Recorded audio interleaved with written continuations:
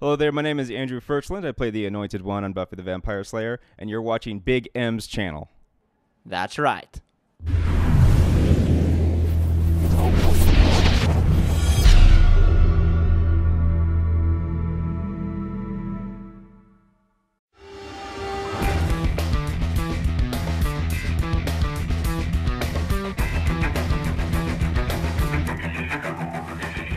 Et nous sommes de retour sur la chaîne de Big M, toujours pour Pourquoi Buffy c'est génial, en compagnie de Sartman et de l'incroyable Andrew Ferchland qui jouait le juste des justes dans la série Buffy.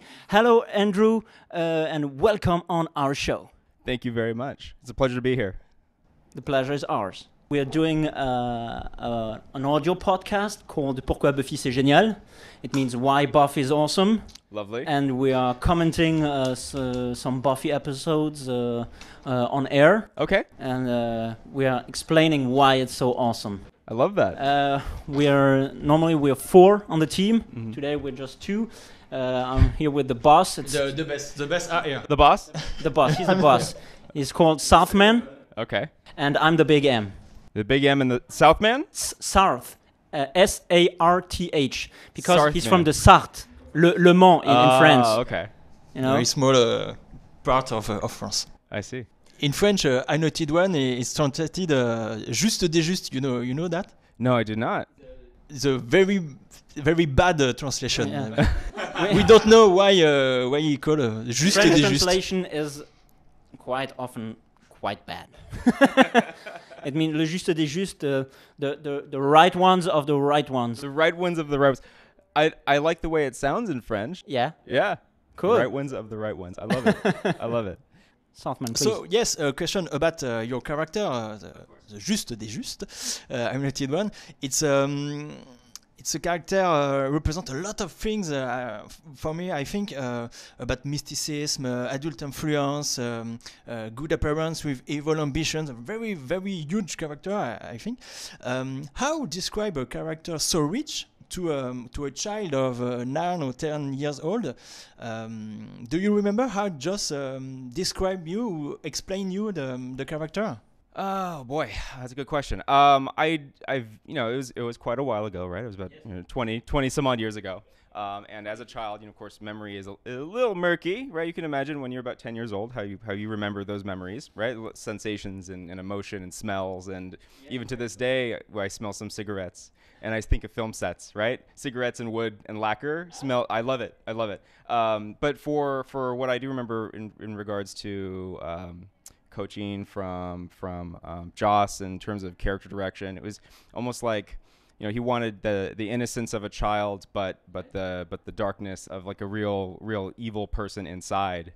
And the way I translated that to the character is sort of stillness, right? If you notice with the character, I didn't really do Very or cold, move. I was cold very character. right. I mean, and perhaps maybe I could have gone more with the innocence with the character, right? But I think just being a child did that already. He doesn't have to do anything because he's already powerful, right? And that was kind of the approach that they were going for, and that I was hopefully able to deliver for him. So, Andrew, you were cast at a very young age on a show that knows a really huge success. How was it for you to be cast as a kid? It was fun. It was a lot of fun, actually. I at that time, I've been acting for many years already. I started when I was 5. And when we were on the show, I was about 11. So I've been in the business for 6 years already. It was the first role where I was recurring on a show. That's right. You have the main cast, right? They're called principals, right? They come back every week, and then you have guest stars or one-offs, right? Like one episode recurring. So I was very happy to have that opportunity. It was also the first time I ever had the opportunity to play someone evil. And to be a vampire, right? No one gets to play a vampire at the age of 11. And so I was very excited to have the opportunity. I wanted to get teeth, which surprisingly they did mold me. We did have molds made of my teeth. Oh, they did? Yes, but we never used it. Never saw you on screen with the makeup. So before we actually shot, we had, I went in, they made the teeth.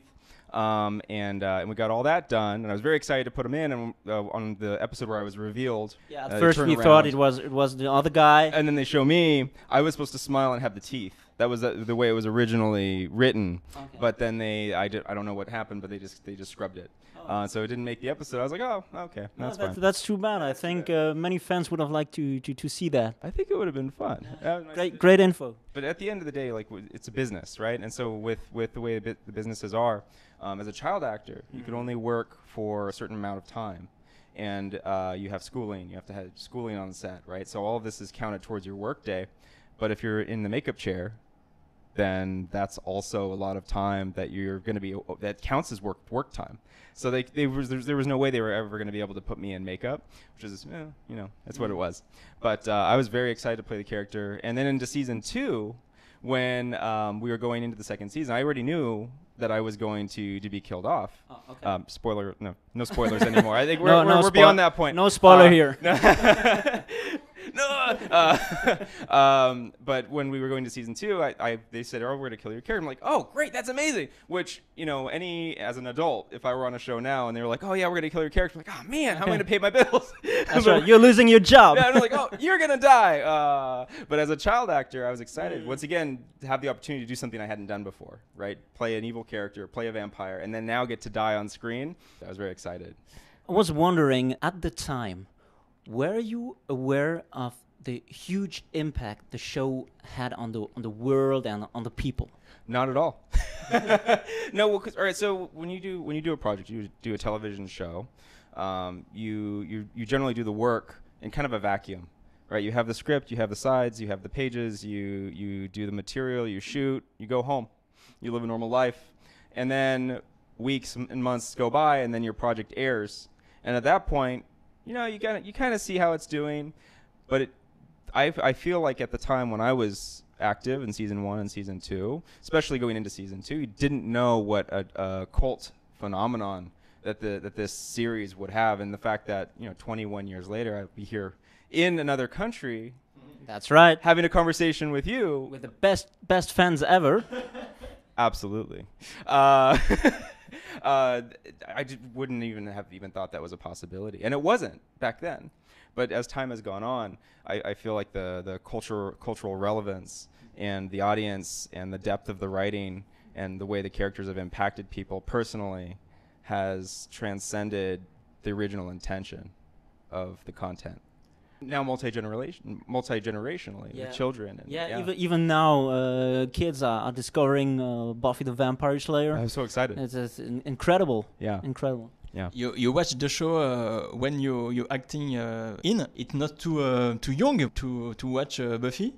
No, because I was acting at the time, so I actually watched a lot of things that probably were not age appropriate for the time. But of course, as an actor, But in terms of watching that content where maybe it might scare children of that age, but I was there, so I knew what it looked like, and it's all prosthetics, and it kind of breaks the fourth wall when you see Mark Metcalf and he's trying to sip through a straw because he's got the makeup on, and the hair makeup wardrobe person's holding up a little soda can, he's got a little straw, and he's trying not to get it all over his he's a good guy in reality. Yeah. In real life, yeah, and he talks to you just normal guy, Is he a good guy? Oh, he's absolutely a good guy. Cool. Yeah, no, he's the nicest man. I actually was able to reconnect with him last year. I went to Vampire Ball. Right, in London, last year, yeah. And I got to see him after 20 years. And we had a awesome. lovely connection, and very nice man. I got to know him on a much different level than, of course, when I was 11 years old. It was very nice. About Buffy, toujours. If your character had a stay in the show, would you like him to become a big bad, very evil, or a character on the way to redemption, like Spike, for example? I hadn't thought of that before, of what my preference for what my arc would be. I think the redemption arc is neat, but that being said, I don't really think that the Anointed One would ever be redeemed, right? I feel like he was just the embodiment of evil, and perhaps he probably should have been in a larger person's body, because I think being trapped in a child, it was probably too limiting for him. He probably would have been much more powerful if they put it in the other guy. Very bad guy. Yeah. But that being said, I think that if I was able to continue with the character into further seasons, I think that his sort of machinations and his the way that he controlled his army would have been very interesting to see. Yes. Yeah. Well, I guess you pointed out something very interesting, because I guess they had no choice than to kill you off, because you know, with Angel or Spike, they already have the problem that the actor is getting older, but as a child actor, it would have been even more obvious. Oh, absolutely. And I had grown between seasons, so Yes. that was for sure was going to be an issue. And so, I mean, I know in season 2 I was sitting down a lot. I don't know if that was on purpose. In season 1 I was standing, but if you notice in season 2 I'm sitting a lot, and they didn't really show height changes. The, so. the vampire around are Right. Great yeah. trick, you see, we didn't notice. Have you a question? Not a question, I just want to say my actual favorite line of the Anointed One is that final shot of the first episode of season 2, and you come in and you say, I hate that girl.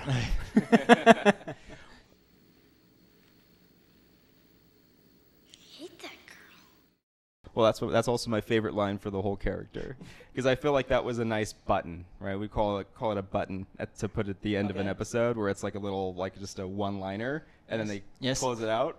It was my favorite button that I was able to deliver. It was awesome. When she was bad, the episode. When she was bad, first exactly. of the second season. Yeah. Very good experience. My His favorite episode. of the whole series. The show. Really? I love that episode. Well, that's my honor. Thank you. Thank you very much. Last question. Your plans for the future. I read you have realized a short movie. In 17. What do you do for the future?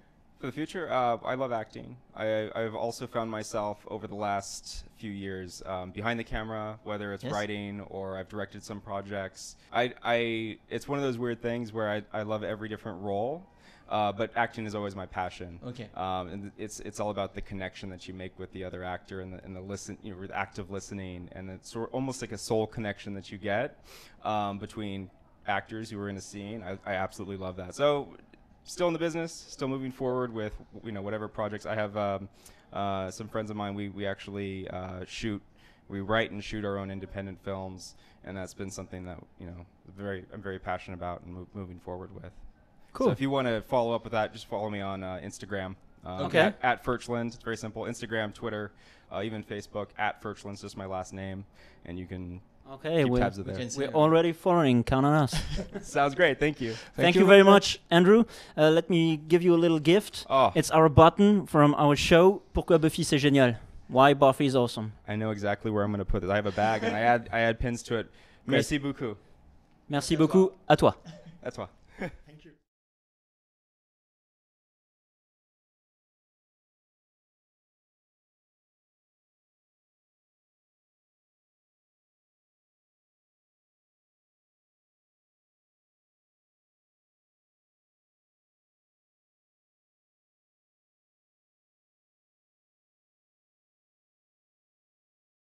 Si t'es gentil, abonne-toi.